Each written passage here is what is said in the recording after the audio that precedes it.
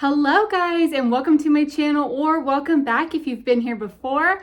My name's Becky. I'm a wife, mom, realtor, and homestager located here in the great state of Utah. And today I got my favorite chicken nugget with me, Miss Riley, helping me film a video to tell you guys today about the 8 steps I take to design a room start to finish. Here on this channel, we talk about all things home, from DIY to home decor and more. If that is what you are into, please consider liking and subscribing. With that being said, we're gonna jump right into the video.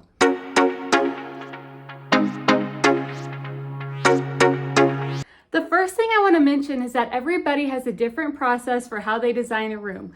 So just because I do it this way doesn't mean that you're gonna wanna do it this way.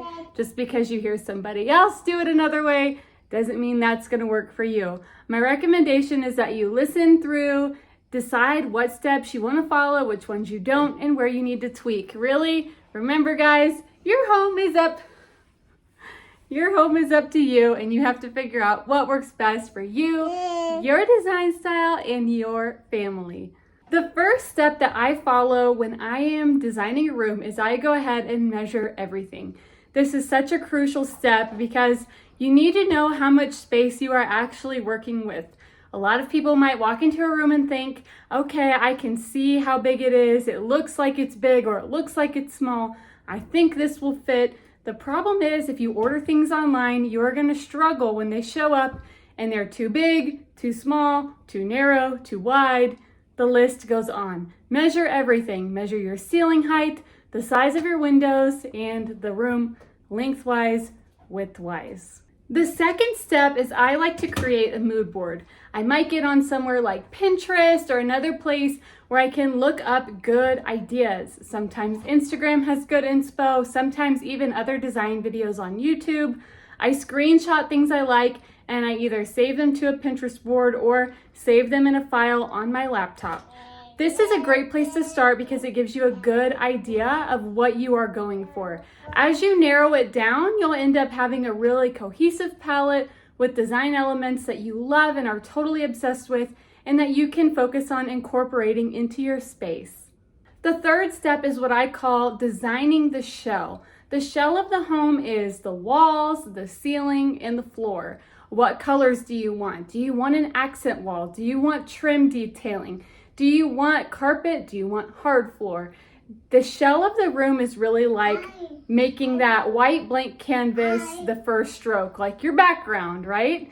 The rest of it is gonna be the things as you get closer. So like, for example, if you're painting a mountainscape, the shell of your home would be the sky and the mountains and the grass.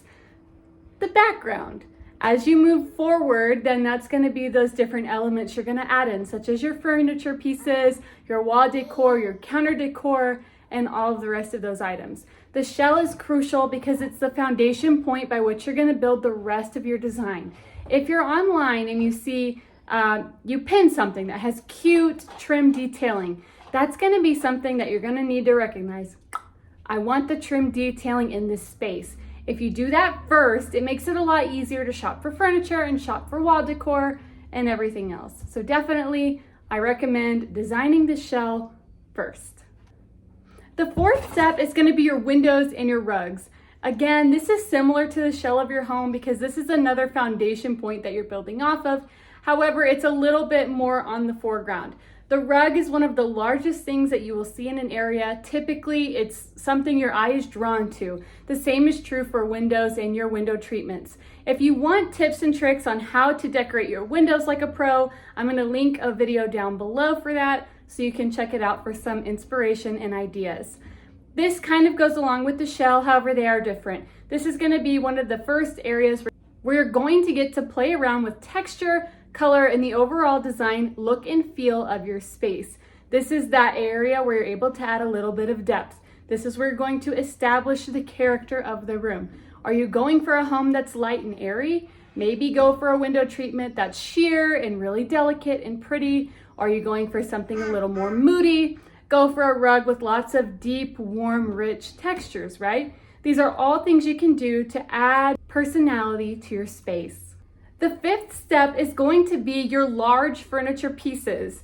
Now for me, I break up large and small furniture pieces. And I do this for a couple of reasons.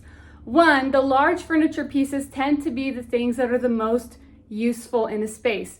They are the necessities of the room. For example, in a bedroom like mine behind me, if you see my little one pushing the button, moving the bed up and down.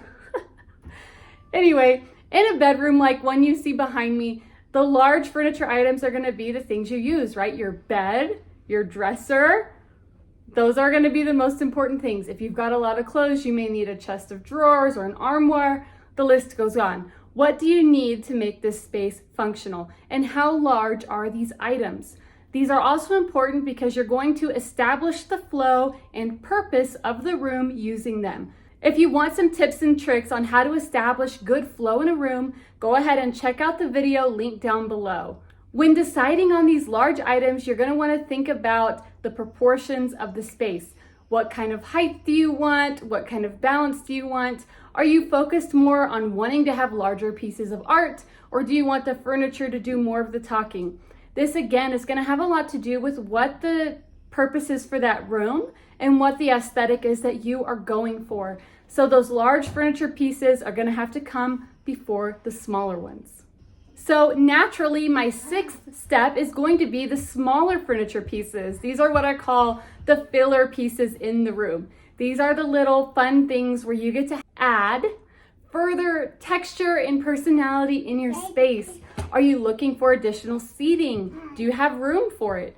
Would it be cool to do something fun in this little niche or corner? I also would include floor lamps.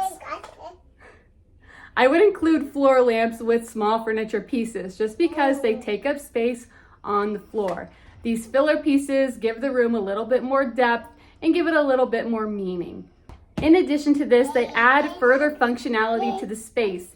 As you guys know on this channel, we do talk quite a lot about how a room functions, how it flows, and how it feels. So these spaces can be things like ottomans, a chaise lounge, a side table, an end table, a buffet table, whatever it may be. It adds a little bit of character, but also a little bit more function to your space.